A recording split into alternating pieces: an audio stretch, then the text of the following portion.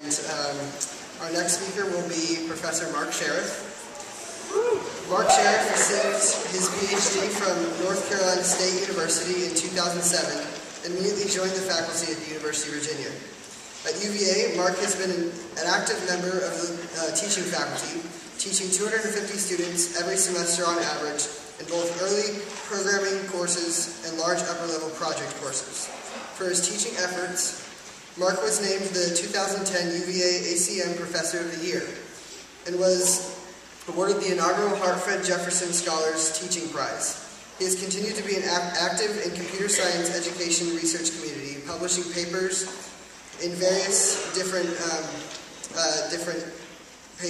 journals and on project-based learning techniques.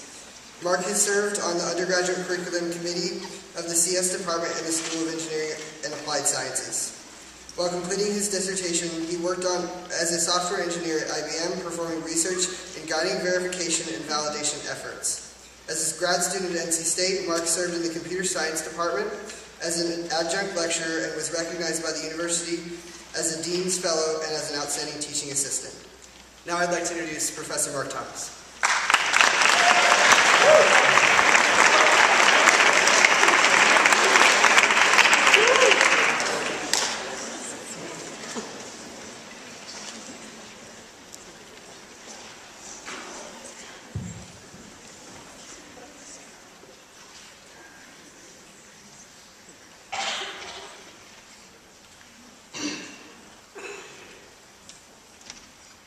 Well, I would first just very much like to thank everyone for coming out this evening. It is wonderful when I show up in class and I have a room of 300 students and I force them to be there. But I come here and you're here voluntarily. That's amazing. And we faculty do appreciate you coming out. And I also would very much like to thank the organizers of this event who had the incredible foresight to put the music group that did an amazing, amazing job, that has sold probably tons of CDs right before the talk on copyright infringement. It's just perfect. And so that was just inspired. It was just inspired. And so that is actually what I do want to talk about tonight. I do want to talk about something very serious, copyright infringement. It sounds exceptionally boring. That's why we call it piracy.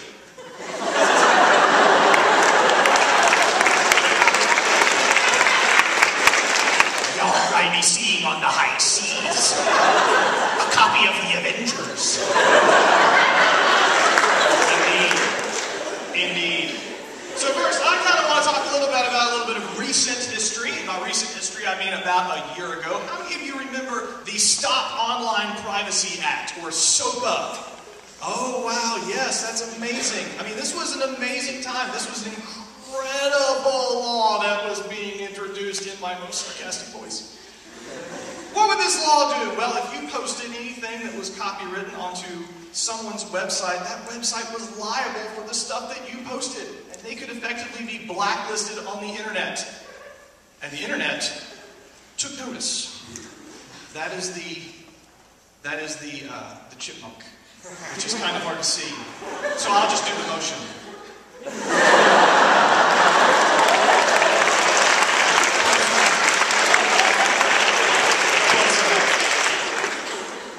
I'm sure you remember this day. This is the day that Google went black.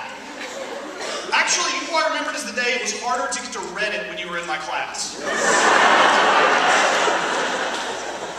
So as long as we all remember what day it was, this was pretty important. I wrote to my senators, I wrote to my congressmen. They had interesting replies that changed from the different times I responded to them when they realized, oh, I have to pay attention to this. Oh, good. I was very glad they started paying attention to it. But in the end, we won! And obviously, that everything is well.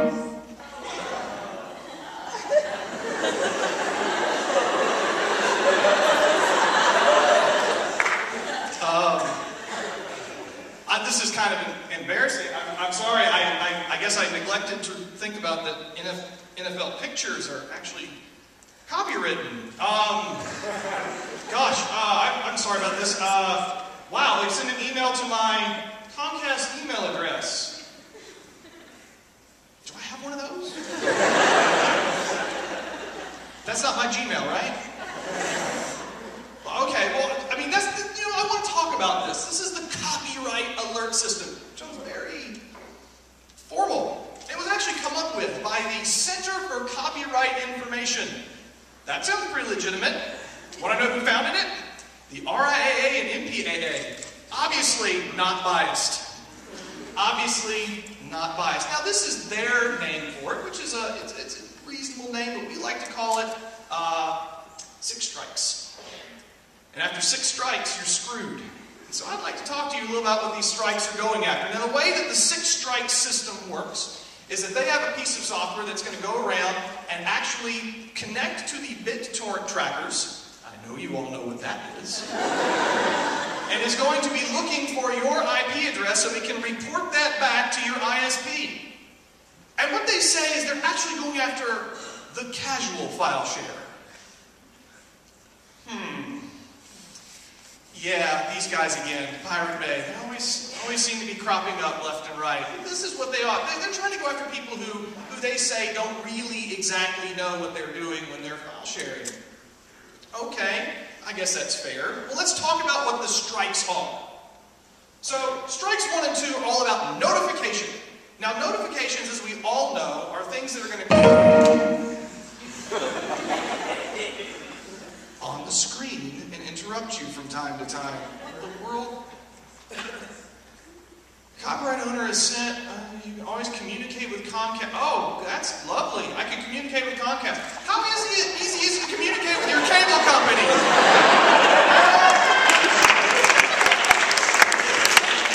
All right, click the button below to receive copyright information. Yeah, blah, blah, blah. Oh, obviously, okay, whatever. Move on past. All right, so those are the first 2 strikes. I'm apparently effectively efficient that I can get 2 strikes in the course of about 3 minutes, but you know, that was always an overachiever. Strikes 3 and 4 are about education. Now, I am proud to say I am an educator, so I know something about education. At least that's what I claim on my CV. So here, what are we talking about when we say education? Well, what they are trying to say here is that, well, the first 2 are just kind of let you know that something bad happened, but now they're going to give you some helpful information. And so some of this helpful information might include this. This is from some of the training material that they have on the CCI website. Whenever you create something like a poem, a story, or a song, you own it, and no one else can use it without your permission.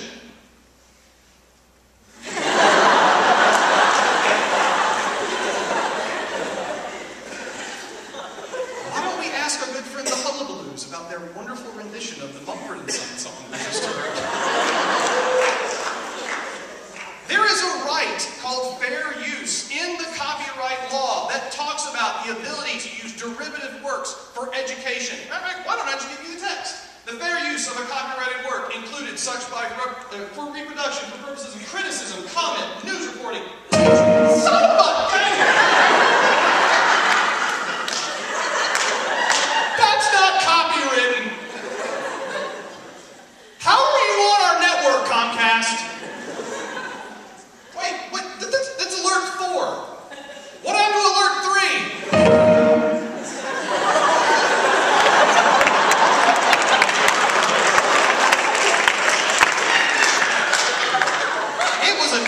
Episode.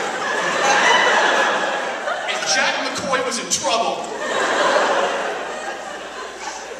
Alright, I can't, look, hey, Comcast. I can't sign into my account. I'm in the middle of a talk here. What exactly do you want me to do? Really? This is your idea of education? I have to watch a video? You can call me? Really, I'm not kidding. This is one of their options for education. Fine.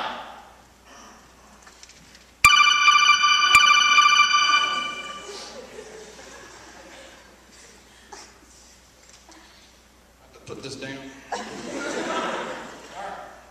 Sorry. Hello?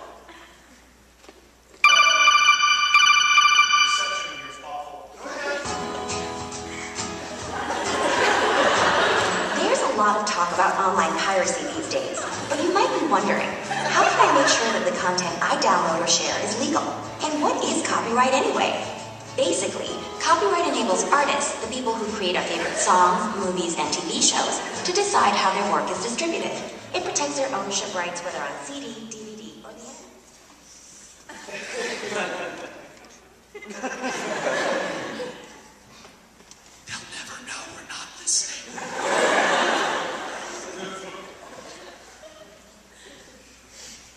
Strikes 5 and 6 are about mitigation. Or better read, to mitigate your ability to do bad things. What's bad thing? Who decides what a bad thing is? A piece of software? I'm going to tell you I'm a computer science professor, and guess what? Software doesn't work sometimes. Does anyone really trust that the software that Comcast or Verizon or any of them are going to run is going to automatically, miraculously get this right every single time? Anyone have faith in that? Yeah, not so much. You know who else doesn't have faith in that? HBO.com. Because you know what? HBO.com got some notifications because they were hosting HBO content.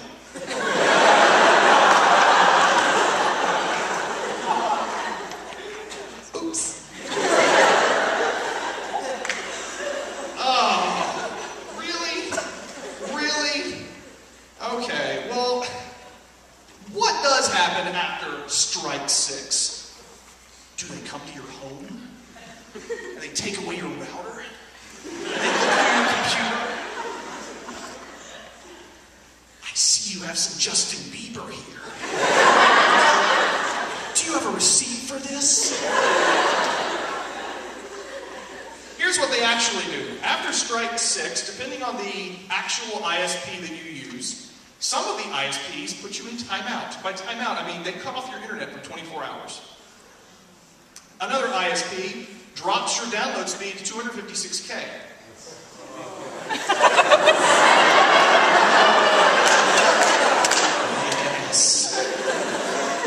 Yes. Download that copy of Adventure Time now, college boy.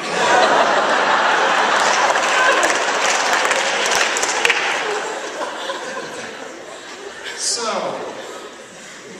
what do you do? What do you do when you're accused of this? What are the effects of all of this? Well, obviously there has to be a way that you can complain, and there is. It costs $35 to complain.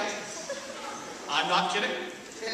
$35, and it goes to the American Arbitration Association. That sounds awesome.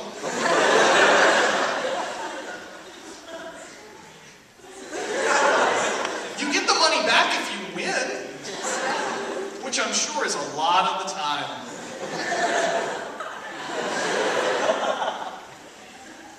Don't count on it.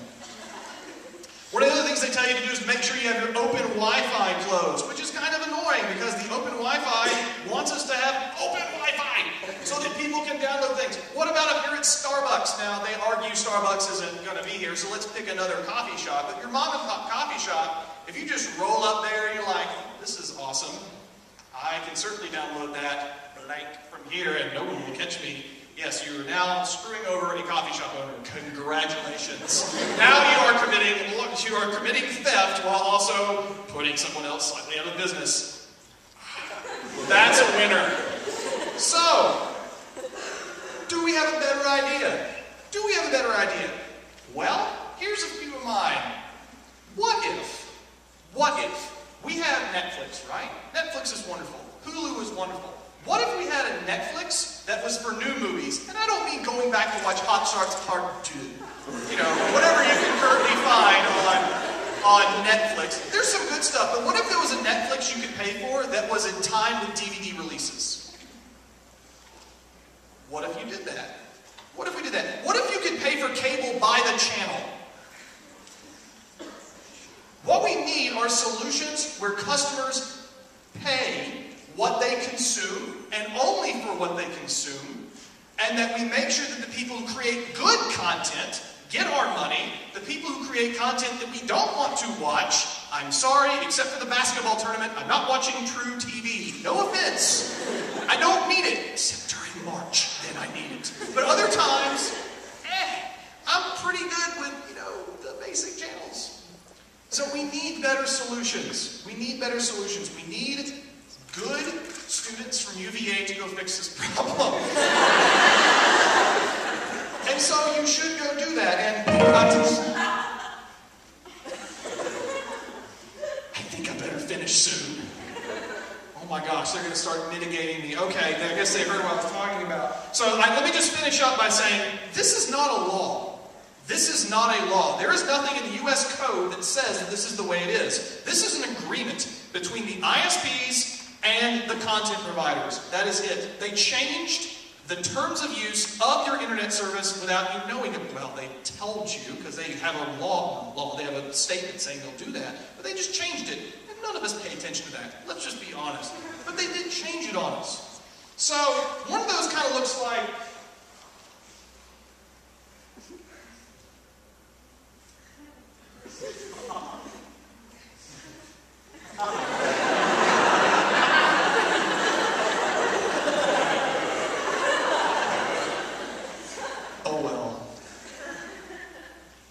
For those of you that know me, it wouldn't be right if I didn't say, if you have any questions, queries, or quandaries, you need to go see EFF.org for the Electronic Frontier Foundation, who is on the front line of this. You need to be educated as to what is going on with your internet privacy and your internet rights, because we are getting to a point where internet access needs to be as open and as consistent and as pervasive as water and power and telephone. Thank you very much.